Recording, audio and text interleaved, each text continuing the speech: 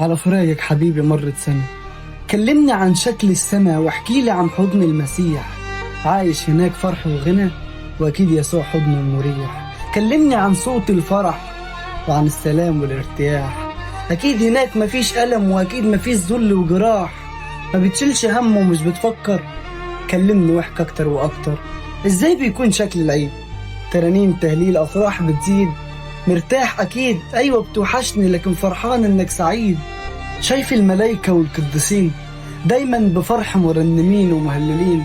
أكيد هناك مفيش دموع ولا عطش وتعب وجوع. احكيلي يا ديفيد عن يسوع وعن تلاميذه والجموع. هناك أكيد مش بتعاني ولا بتحس أوقات وثواني ولا بتحس إنك وحداني.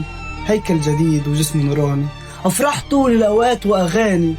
اوصف لي حالا شكلها جميلة يا واد كلها، مش زي الأراضي ومرها.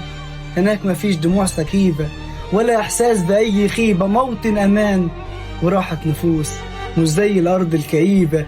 يوما ما يا حبيبي هنتجمع وعيوننا من الفرحة تدمع.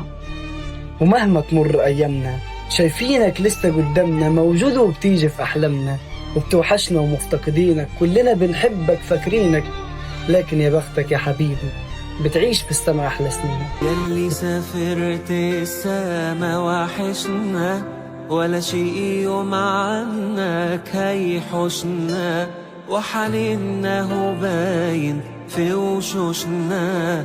أيامك ولا حد نسيها،